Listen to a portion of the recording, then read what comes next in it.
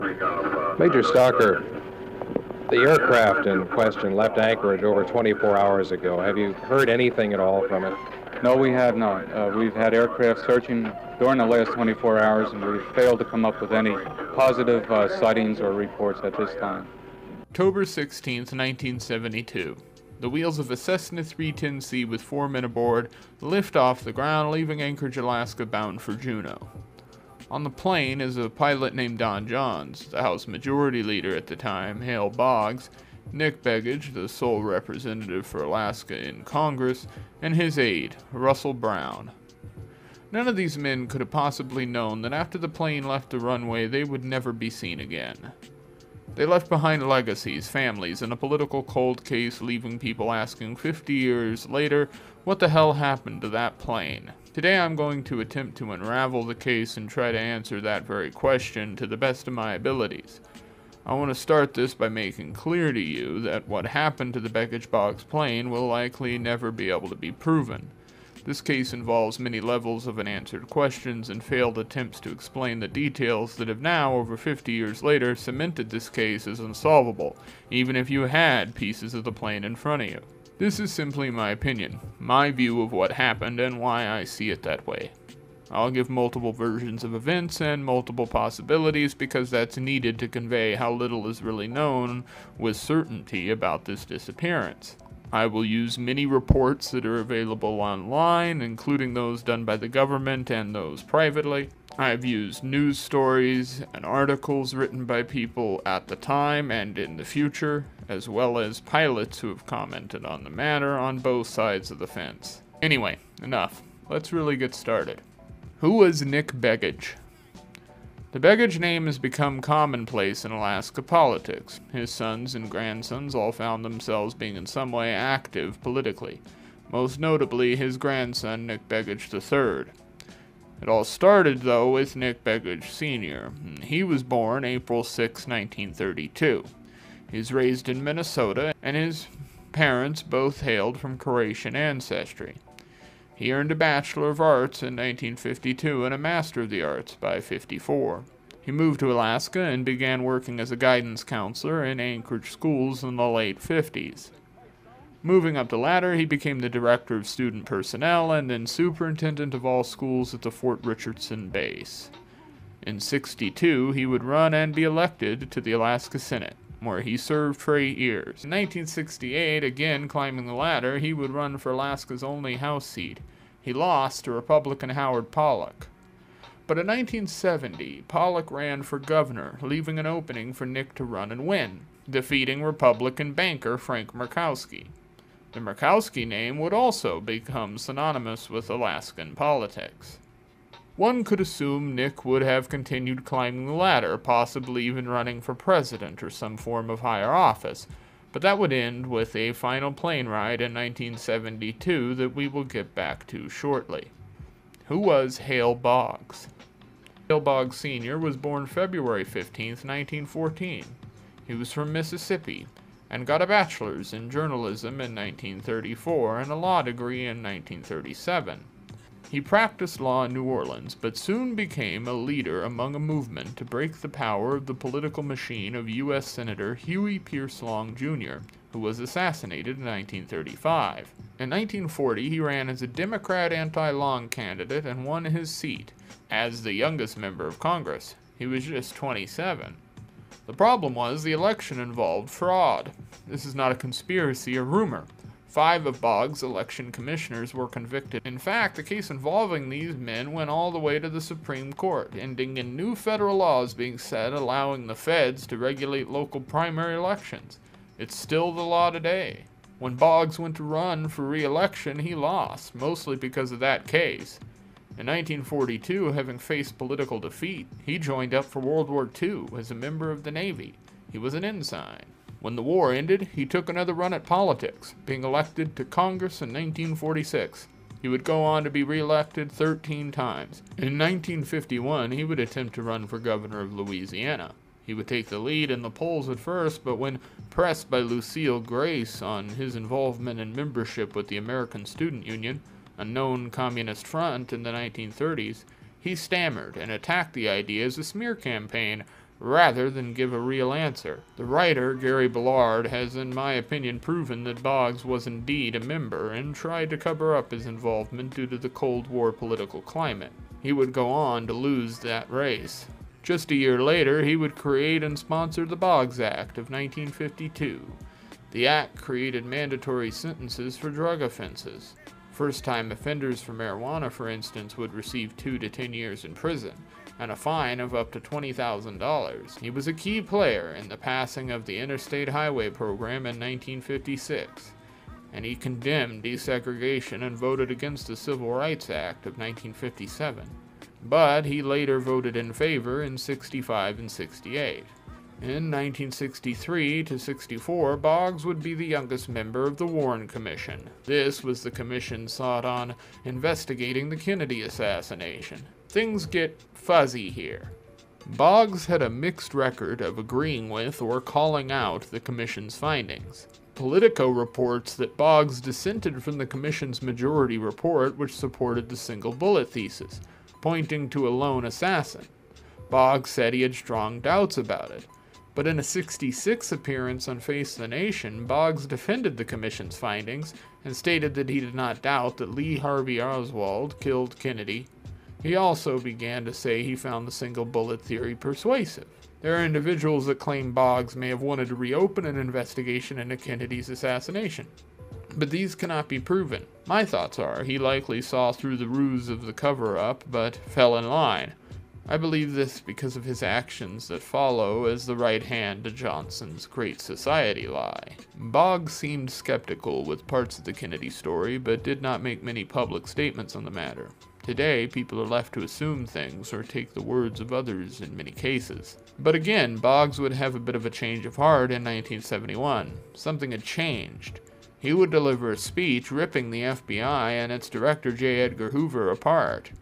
His speech led to a conversation between President Nixon and the Republican Minority Leader Gerald Ford. And Nixon was not happy. Hello? Congressman Ford, Mr. President. Good morning, Mr. President. Hi, Jerry. How are you? What's the matter with your opposite number? He's nuts. My God, when I read the Star last night, and incidentally, I thought you made fine comment, but I said, well, Jesus, key right. Did you know that the FBI has not had a tap, not only on no congressman or no senator, but not even anybody that has ever, the moment they cross into that Capitol since 1924. Did you know that? I didn't know that, but Hoover's got the record. I mean, this is the most ridiculous damn thing. But the fellow he's on the sauce, isn't that it? Well, I'm afraid that's right, Mr. Or is he crazy? I mean, he's either drinking too much or he's taking some pills that are upsetting him mentally. Last Thursday, when we were getting the program for this week, he was mumbling. He was almost incoherent. It was very embarrassing to Carl and to everybody who was on the floor. We've got, I hate to say this, but we've got to be awfully careful what we tell him. Well, that's the problem. One thing I called about you, I'm afraid that we'd better not. I was planning to have a meeting at 7 o'clock tomorrow night of the Big Five, but how the hell can I tell him? That's only 2 hours before, though. He can't do much damage. No, he'd probably go out and screw off on that. But I don't think I can ever tell him anything in confidence. Well, I think you've got to be awfully careful. Anything that's classified. I know. Well, frankly, everything I say is classified because they go out and quote the president, and that becomes part of the record. Well, anyway, I don't know. Is this something that you could talk to Carl about in confidence and say, look, I mean, in other words, I never have any problem meeting with you and Carl. Right. But, God, maybe that's the answer, that I'll meet with you and Carl, and damn it, I'm just not going to have this fellow down here, because you can't have a nut, you know. I mean, with Carl, you agree, he isn't ever going to leak anything, will he? He's a man of high principle. Well, all right, I'll leave it to you to talk to him, Jerry, and... I'll talk to Carl, and then I'll call you back or talk to Clark. Well, I'll tell you what you do. Why don't you you can call me back, and if I'm not, I'm going to be doing some revenue sharing messages at around at about 11 to 12. But if you find that Carl feels that there's any doubt, then what we'll do is to just have you and Carl, right, and from the House, and just say we want only 2 from the House, and then I'll have only Mike and Scott from the Senate. I think that's a proper dividing line.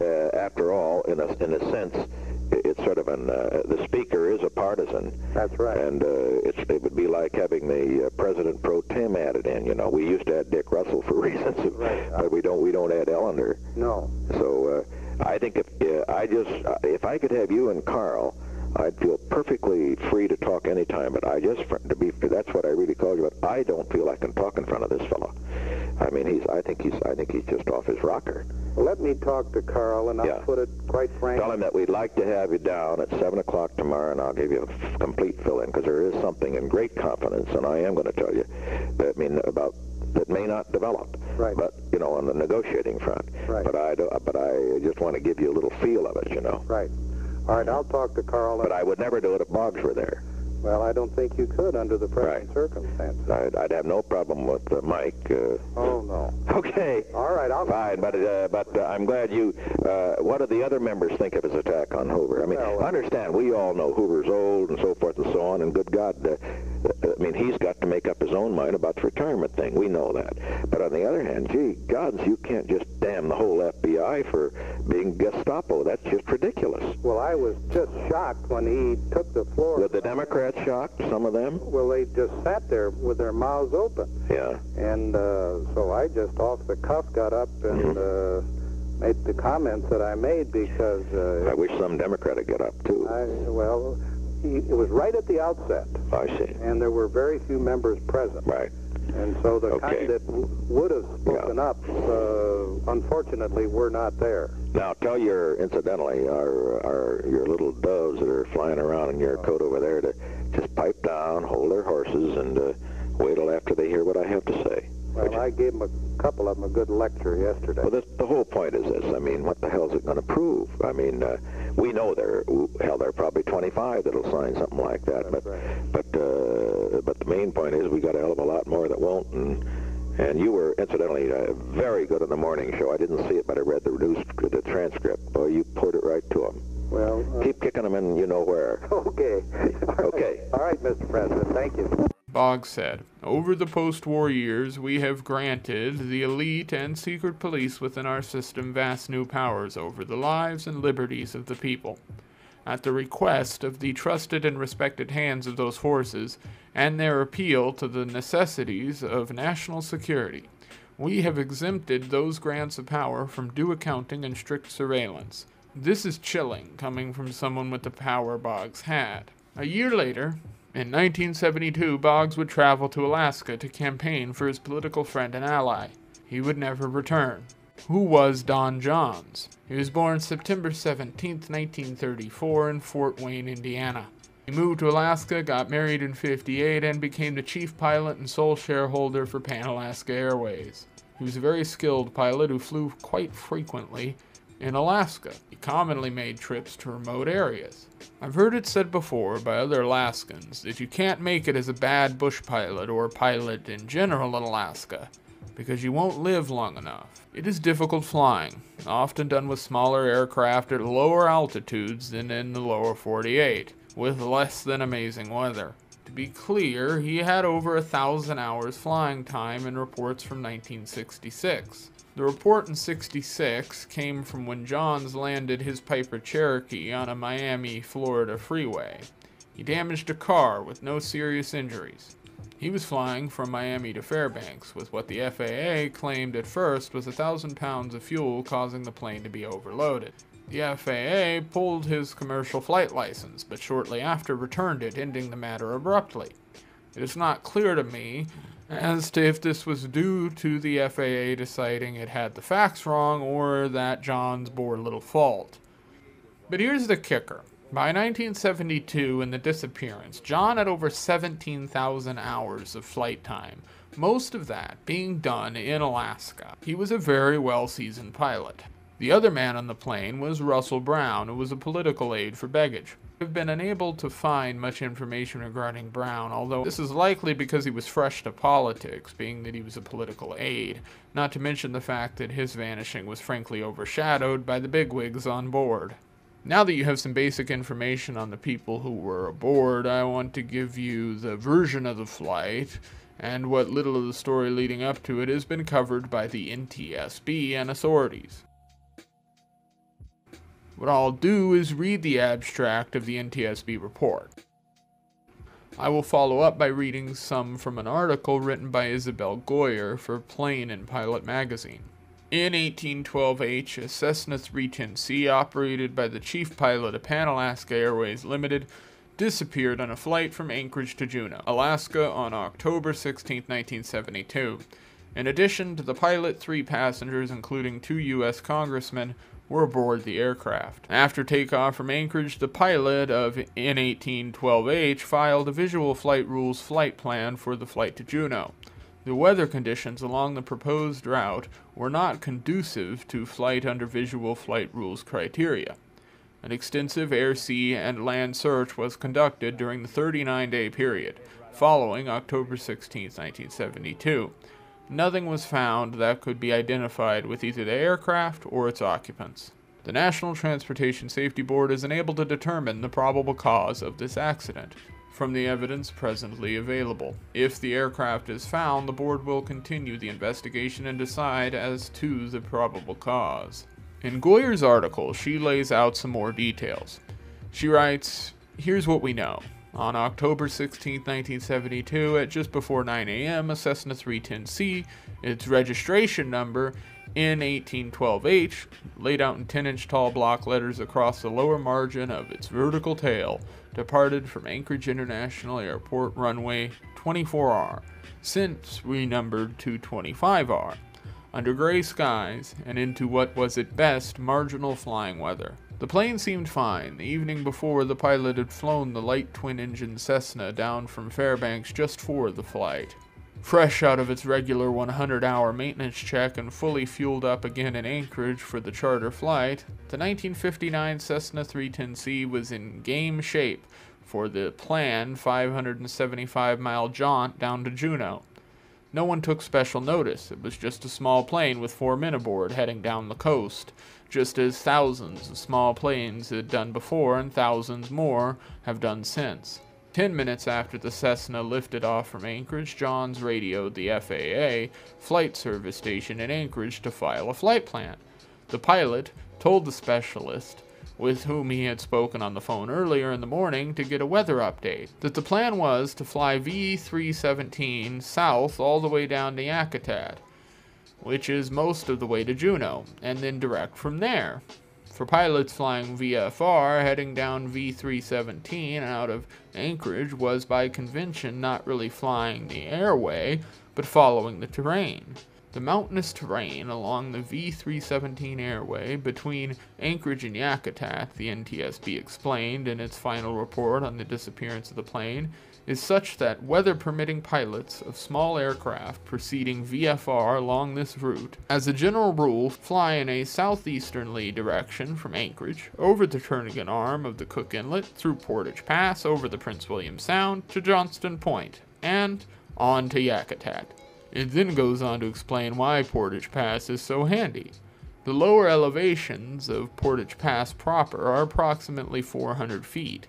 However, mountains rise steeply on either side of the pass to elevations between 3,000 and 6,000 feet. In its report, the NTSB determined that the day's weather along the route of flight was not conducive to VFR flight. It is important, however, to point out that we have no idea what Jon's in-flight visibility was. Regardless, the NTSB stopped short of saying that Jon's would have violated any cloud clearance or visibility rules along whatever segment of the route of flight he wound up completing before some kind of disaster struck. This is what I would call the normal narrative. I want to talk about some of the problems I have that point in other directions, making this a much stranger case. In the NTSB report and others, they will make claims that one reason the plane may have had issues was icing. This happens in cold weather when moisture is present and can cause several issues that could have caused the crash. The issue with this is that we now know the plane in fact was equipped with de-icing and anti-icing gear, something the NTSB did not report on. This was discovered by an investigative journalist named John Walzak, who investigated the event for years. Most people will claim that if the plane crashed, it happened during the portion of the flight that traveled through the Portage Pass. The reason for this is that area is considered to be the more dangerous section of the flight, being that the weather was less than great. High winds can produce strange weather patterns through the pass due to the large mountains on either side creating a sort of vortex. I will contend, and many others have, including some pilots, that the weather is one possible cause, but knowing that the de-icing equipment was on board makes for a tougher argument. Jonz was a pilot with 17,000 hours of flight time. That time primarily spent flying in Alaska, even on the same flight pattern as his last ride. To argue that weather was the sole cause is saying that it happened due to turbulence, or him screwing up so bad he went nose first into a mountain. I will say these things are possible, but as we go forward, we will see those chances are slimmer than some might think. The search for the plane was not just big, it was the largest search ever coordinated by the government at the time. It lasted 39 days and involved everyone from FBI and military to private bush pilots. The search included 40 military aircraft and 50 civilian aircraft, covering over 300,000 miles. When you hear that the search turned up nothing, I want to be clear. I mean nothing. Not even an oil stain has ever been found, at least not officially. And yes, that's a bit of foreshadowing. One of the aircraft being used starting a few days after the disappearance was very special and a shiny new toy of the military, the SR-71, successor to the U-2 spy plane. The SR-71 was developed as a black project by Lockheed during the 60s by the Skunk Works division. It was a long-range, high-altitude Mach 3 strategic reconnaissance aircraft. It takes highly detailed photos, among other things, at up to 80,000 feet in the air. It is a hell of an aircraft, and not even it found anything. This is some of the information that puts a smudge on the argument made by many today that the plane simply crashed and has not been found yet. These same people will claim that because of the technology we have today, the aircraft could be found. It is true that drones and satellite searches could increase the chances of finding the crash, but it's not like we've not had modern technology involved in the search. The SR-71 was only retired in the late 90s, and mostly due to cost, so it's not that simple. If the plane's out there, certainly it could be found, but I think there's a chance that it's not out there.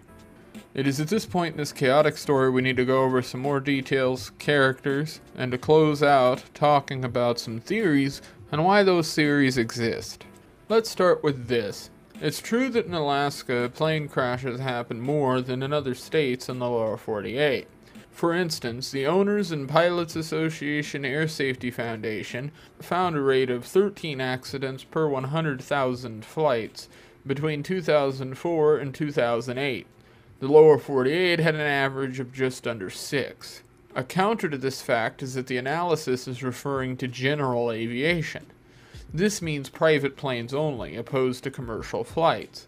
This matters because California, Texas, and Florida are often referenced as home to large populations of private aircraft owners.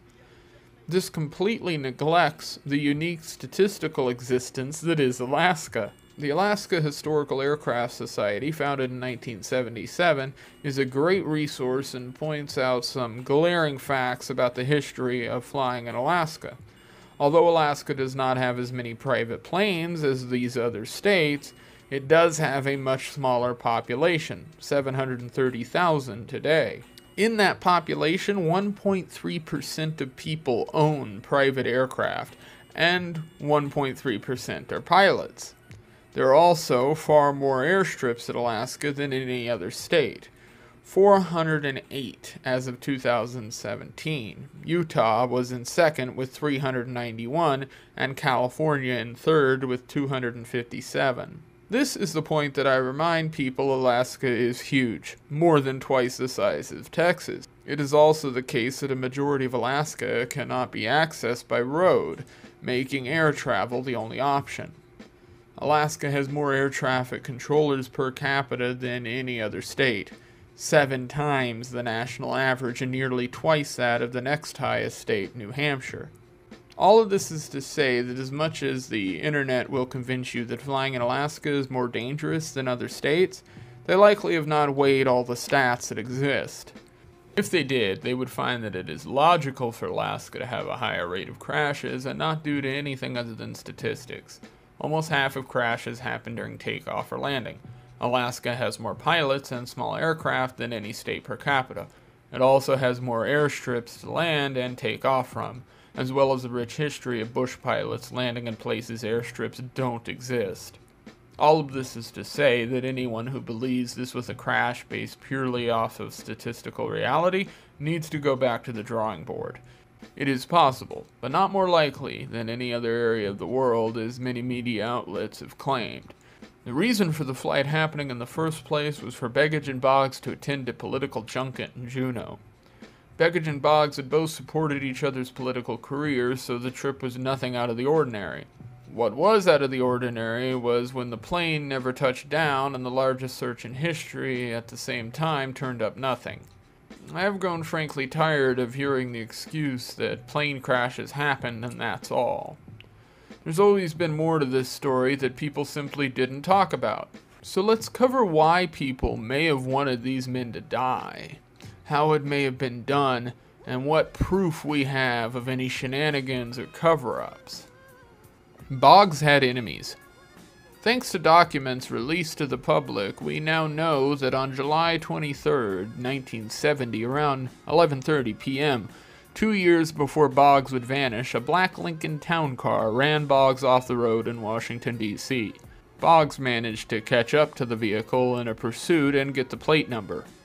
The FBI and the police, according to records, never followed up or investigated.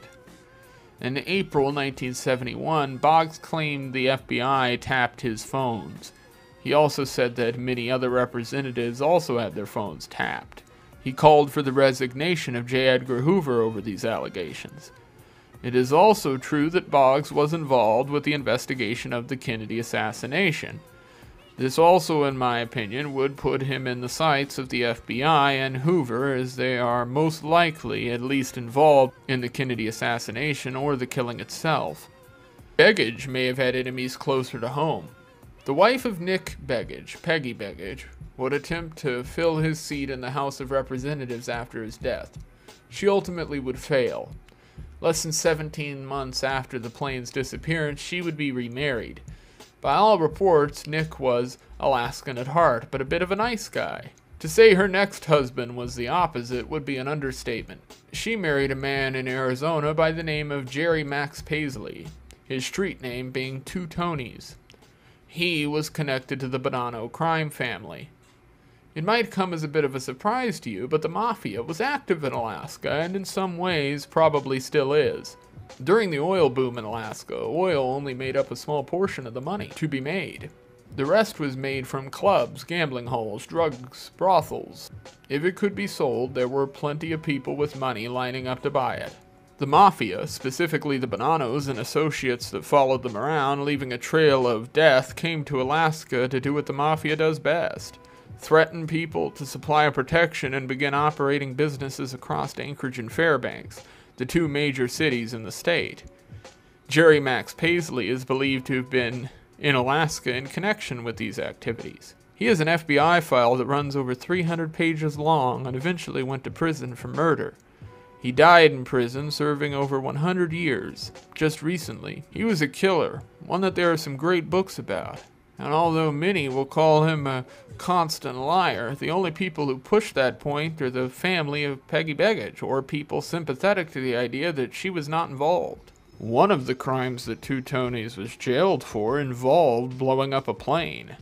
Why does this matter? Well, because of an alleged confession.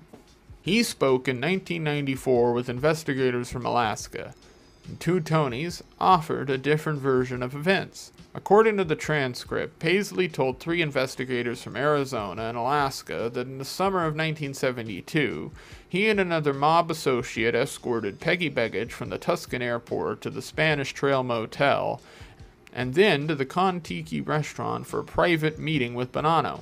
Paisley claimed the same Bonanno lieutenant then sent him to Anchorage to deliver a locked suitcase that he was told years later contained a high-tech bomb used to destroy the airplane with Nick Begich and Hale Boggs on board. Even as he tells it, Paisley doesn't seem to believe the story himself. At various points in the transcript, he points out discrepancies and details he says don't make sense. If this is true, it is possible that two Tonys flew to Alaska to deliver what was ultimately a bomb that was on board the flight. An explosion would ultimately have scattered debris of the small aircraft over a long distance, and if those pieces were small enough, they would never be found. Regardless of if two Tonys was telling the truth or not, it is strange that the wife of a respected politician would go on to marry a man who was literally in the mafia. Not to mention the connection to bombs and planes he had. So what if it was a bomb? How do you cover something like that up? Eventually something could be found. A photo, a scan of the ground, a hiker, anything could cause the narrative to have fallen apart. Maybe this was a bomb, but it is just as likely to have been a crash. Most theorists who talk about this case will point to Hale Boggs as the primary target of any plans or suspected assassinations that may have been at play. This was until John Walzak, a journalist, picked up investigating the case. I used some information from his findings in this video. He invested a good deal of time into looking into leads and finding details. Although some of his opinions I do not agree with, he did a ton of good work. I want to expand a bit on the bomb theory which he put forward. I will start by saying I do think two Tonys was telling the truth. It was 1994 when he was being interviewed, and he was in prison for life already. Again, some people who covered this story will claim he was a liar. I have only been able to find those statements from the family of people or people connected directly to the Begich family.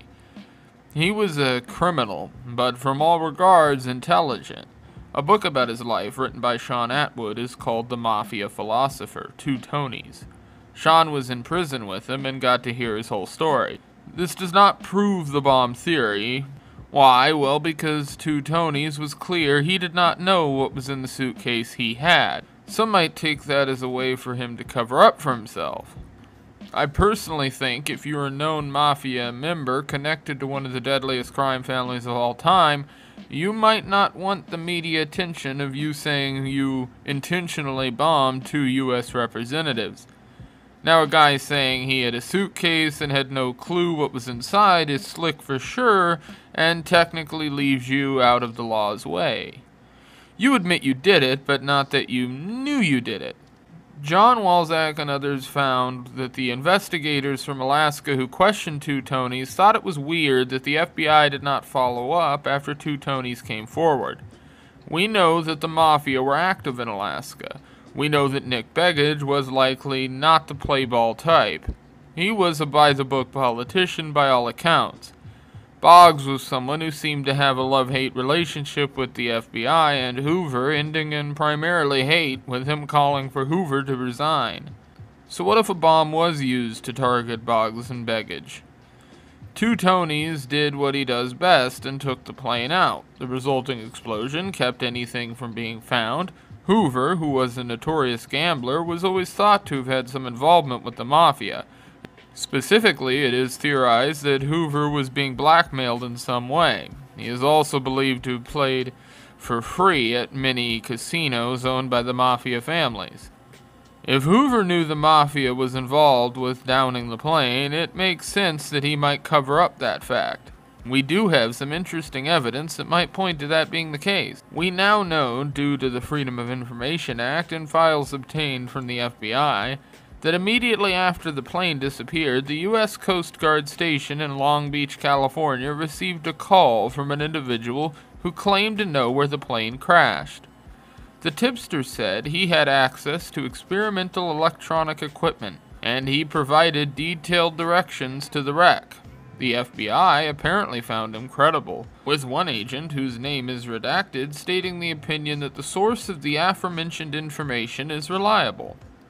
The problem is, we have no follow-up. Some of the tips the FBI received got follow-up reports. This was arguably their best tip, and it did not. What if the FBI and Hoover in part did cover up facts not by literally removing evidence, but instead by making sure evidence was not found? This would have been a moment the FBI could save face if they knew the Mafia had been successful in killing two important figures. The FBI would certainly take blame for not cracking down on the Mafia sooner, something Hoover would not allow because of his dealings with them, even while not the director. So instead, you hide the fact that a bomb was used, letting the idea of a vanishing plane take hold, shrouding the reality of what happened. The Mafia and the government are both happy, and the people who cared for the men who died get some form of closure. It seems like an easy way for things to have played out, leaving that lone tip and a few rumors around Alaska as the only evidence. Then you have Peggy Begich marrying two Tonys. This is really what threw a historical wrench into the narrative. His link directly after the disappearance to her is clearly not a coincidence to me. The fact pattern of his crimes in history as a Mafia-connected man to the very same family we knew had activity going on in Alaska makes for a compelling case to me. The motive is simple. Nick Begich being dead would have led to Peggy Begich running and taking his position like she tried to. The same woman who was willing to marry a mobbed-up murderer. She may have been seeing two Tonys and pursuing a relationship with him before Nick died. If this is true, then removing Nick from the equation would make more sense. These are rumors I've read again and again from Alaskans online. It would make more sense. Two Tonys had the job of getting the plane to go boom, and then she would become a politician in the mob's pocket. This ultimately failed because Peggy Begich was unable to secure the position. Eventually, when someone did fill the position, it was Don Young, a well-known politician from Alaska who has his own problems, but being in contact with the Mafia is not one I could find evidence of. Today in Alaska, gangs and organized crime still exist. It is not the same as the 70s or even the 50s, but Alaska has always been a hotspot for drug smuggling and people hiding out from the law. Some people in the FBI during the 70s theorized that the mob could use Alaska as a sort of castaway location for wanted Mafia affiliates, being that the state was so large and unpopulated. Another organized crime organization that is often overlooked, that not only had dealings with the Mafia, but two Tonys himself, are motorcycle gangs. These groups, who still operate across Alaska today, mostly now just launder money or deal in drugs and sex. They aren't nearly as violent as they used to be. In the 70s and 80s in Alaska, though, they were at their peak. In the 70s, much like the Mafia, these biker gangs attempted to lay their claim to black markets in the state. In 2014, Mike Gordon wrote for the Anchorage Press and told some stories from the era. Here is some of that just to paint the picture. There was a motorcycle gang in Anchorage named the Brothers in the early 70s. Rumor had it that when one of them died, the rest of them would cremate him, roll some of him into a marijuana joint, and smoke him. Now that's taking brotherly love to an all-new high. In the early 1970s, someone in the gang got the bright idea of teaming up with the Hells Angels. So then we had the Brothers roaring around town in Hells Angels colors. If they decided to visit your bar, they would typically hang in a group and intimidate everyone else in the place. So at Chilkoot Charlie's, we banned the wearing of colors. In fact, in the end, we banned all manner of motorcycle clothing, including Harley-Davidson logos. Ironically, during a period when a lot of people thought of Coots as a biker bar.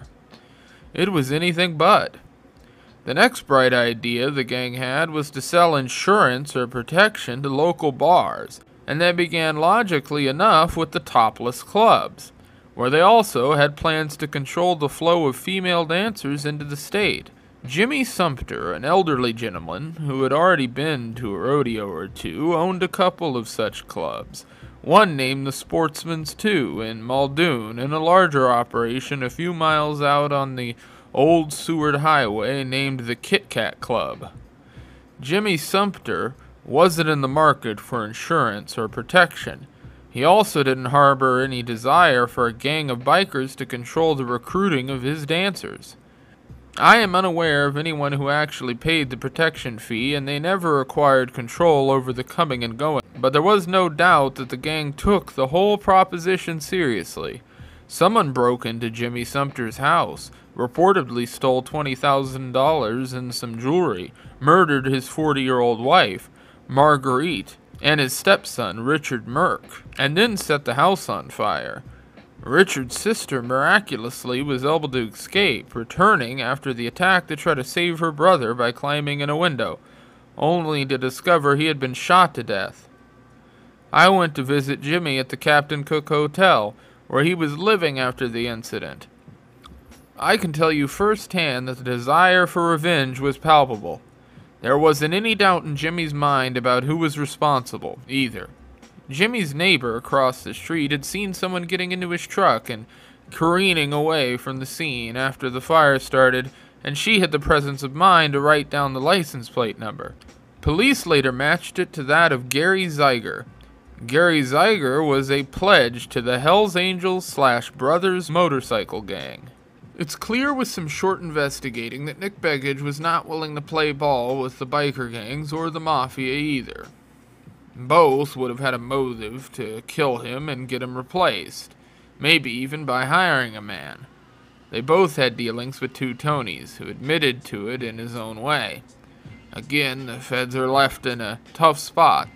The FBI does not want to seem weak, the state government is left clueless, and theorists are left to theorize without hard evidence in the form of a crash, because a crash did not happen in the way it is believed. Rather, a large explosion blew the plane to pieces in the air, casting it into the water or covering forest. This theory is the only one I can see not only as possible, but semi-probable, given the things we know. There is another theory. Boggs had been run off the road and was grappling with the feds. There are reports and rumors that he was attempting to restart some kind of investigation into the Kennedy assassination.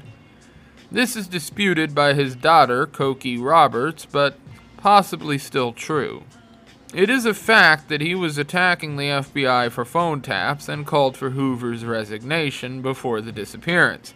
Some theorists use this as reason for the FBI themselves to be involved with the bombing, possibly even working with the mafia or gangs in part, or simply doing it themselves, issuing a cover-up to clean their tracks. Ultimately, it's true we can never know if this is an assassination or a horrible accident that is still undiscovered. It does not change what we can see now ourselves. The narrative of a confirmed crash, case closed, is just as unproven as any theory. Over the years, we have become aware of more and more unclassified documents showing us a deep insight into what the CIA, FBI, and U.S. military have done. An endless list of projects involving things that they would have never liked to have come to the light. Some of these things we've talked about on the channel. At some point, you start realizing that the government is willing to do a lot of crazy things to get crazy outcomes, and they're willing to put a lot of resources, money, and manpower behind it. MK Ultra, MK Naomi, weather manipulation projects, the Kennedy assassination, the assassination of Robert Kennedy, the assassination of Lee Harvey Oswald, Manson's connections to MK Ultra, Operation Gladio. All of these projects and programs tied to black budgets were all never supposed to be seen by the public, because all of them are evil. They're all designed to manipulate people without their awareness. Some of them were designed to create killers. Some of them may have been successful. We won't ever know, but one thing is clear. I think the government is willing to do a lot of things that many people aren't. And I don't think we know the entire story of the Begich-Boggs disappearance, and I don't think we ever will. I think it's possible that a bomb blew the plane apart, and maybe it was put in place by two Tonys. It's possible that the federal government came to be aware of that and that they hid the fact. It's also possible that the plane simply vanished. But I have a problem accepting that fact for a number of reasons. A lot of time has passed. Nothing's been found. Not a piece of the plane floating onto an island shore or a piece of it being found by somebody with a net. Nothing. Nothing has been found. If the plane had crashed on land, you would think that with the spy plane being used and the largest search at the time having taken place to date, would have found something, some sign of a plane having even existed. So at the end of the day, in conclusion for this story, I don't really have a definitive answer. And unfortunately, I don't think we ever will get one. It doesn't appear like anything is ever going to be found of this plane. And with the disappearance of that plane, disappeared any chance of us understanding what happened. It is certainly a perplexing mystery to look back on today. One that hopefully at some point in time we will get some closure on. I hope you guys enjoyed. If you did, hit the subscribe button, like the video, and leave me a comment on something you'd like me to cover next. Take it easy. Peace.